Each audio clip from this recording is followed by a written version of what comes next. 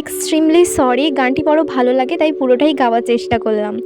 Anyway, থেমে যায় সবাই, তারপর উঠে দাঁড়ায় সবাই, আবারও হাততালি দিয়ে ওঠে আর আনাইজার নাম ধরে চিৎকার করা শুরু করে। আনাইজা হাসি মুখে সেখান থেকে নেমে যায়। অনেকে তার কাছে এগিয়ে যায়, তার প্রশংসা করে। আয়েশাদেরও নাচের প্রশংসা করে।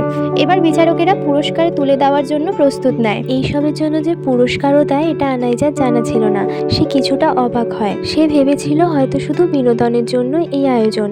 অতঃপর একে একে ভিন্ন ভিন্ন ধরন, নাচ, গান, স্টল, উপস্থাপনা ইত্যাদি পুরস্কার ঘোষণা শুরু হয়। গানের পুরস্কার ঘোষণা দেয়। প্রথম হয়েছে আনাইজা হাসার। আনাইজা তো পুরো শখ, কিভাবে কি সম্ভব? কিন্তু বারবার যখন নাম নেয় তখন আয়েশা ওকে ঠেলে পাঠায়। আনাইজাদের টিম 3টি পুরস্কার পায়, মোট বেস্ট গান ও মডেলিংয়ে। অবশ্য আনাইজা একাই 2টা পায়, মডেলিংয়ে দ্বিতীয় আর গানে প্রথম হওয়ার জন্য। ভাই যদি বলিস, মেয়ে কিন্তু সেরা সেরা। কি কাজটা করলো, 3টেতে অংশ নিয়ে 3টেতেই পুরস্কার। তন্ময়ের আরেক ফ্রেন্ড বলল। বলেছিলাম না আমি?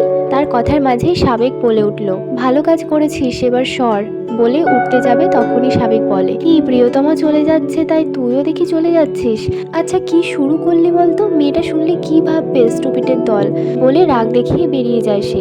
যা বাবা, বেশি বলে ফেললাম নাকি? মনে মনে সাকিব বলে। পরবর্তী দিন সকাল সকাল উঠে আনাইজা আর আয়েশা রেডি হয়ে একসঙ্গে কলেজের উদ্দেশ্যে বেরিয়ে পড়ে। ক্যাম্পাসে ঢোকা মাত্র আনাইজা লক্ষ্য করে অন্য দিনগুলোর তুলনায় সবাই তাকে আজ বেশি আগ্রহ নিয়ে লক্ষ্য করছে। গান গেয়ে তুমি কলেজ ক্যাম্পাসে দখল করে নিয়েছো সখী?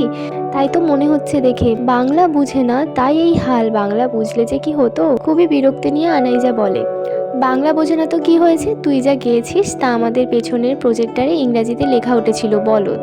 ও আচ্ছা, ক্লাসে চল যাই। এর মধ্যেই কিছু মেয়ে এগিয়ে এসে তাদের ঘিরে ধরে কথা বলতে শুরু করে তাদের সাথে।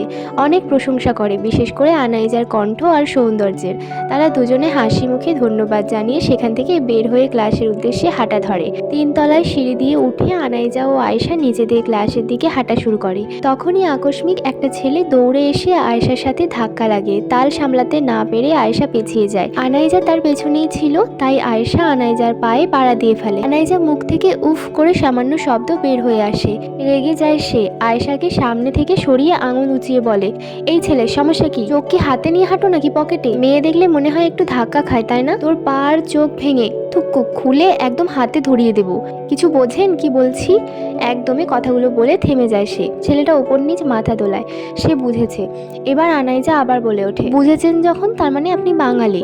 এবার সাইড হন, আপনার পেছনের সাধু বাবাদের মুখ দর্শন করি একটু। বলেই ছেলেটার পেছনে তাকায়। পরবর্তী গল্প।